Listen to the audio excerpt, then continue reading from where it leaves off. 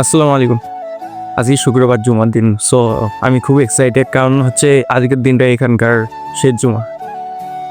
কবে ফিরবো তার তো কোনো নিশ্চয়তা নেই। যাই হোক, জুমায় তো জিলাপির জন্য যাওয়াই লাগবে। এটা আমাদের সাপ্তাহিক ডিউটি। চলুন আমাদের যাওয়া যাক। সো রেডি হয়ে মসজিদের উদ্দেশ্যে রওনা দিয়ে দিয়েছি। মসজিদ আমাদের বাড়ির থেকে বেশি দূরে না, 1 মিনিট হাঁটা লাগবে। এই মসজিদ নিয়ে আমার অনেক স্মৃতি আছে। যখন ছোট ছিলাম তখন এখানে মুক্তব পড়তে যেতাম, আর এখন বড় হয়ে গেছি তো বাড়ি ছেড়ে গ্রাম ছেড়ে চলে যেতে হচ্ছে। অনেক মিস করবো সবাইকে। এরকম পিচ্ছি অনেকগুলো আছে, এদেরকে আমি অনেক ভালোবাসি। ইনি হচ্ছে আমার একটা নানু, আমাকে অনেক স্নেহ করেন। বিশেষ করে এনাদেরকেও অনেক মিস করব। নামাজ পড়ে কথা হচ্ছে, বেসিক্যালি নামাজ শেষ।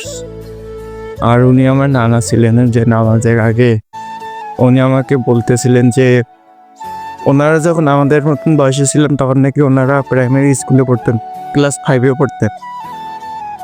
উনি আমাকে এটা বলতেছিলেন যে ওনার সাথে একজন 1-এ পড়ছে, যার বিয়ে হচ্ছে 1 পাস করার সাথে সাথে দিয়ে দিছে। উনি আসলে আমাদের স্কুলে একজন টিচার ছিলেন, এখন অবশ্য অবসর নিয়েছেন।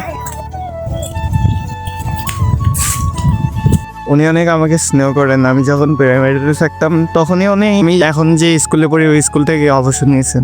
উনি বাংলা ব্যাকরণের একজন শিক্ষক ছিলেন, আমাদের স্কুলে অনেক বিখ্যাত একজন। জিলাপি নেই, কিছুই দেয় নেই।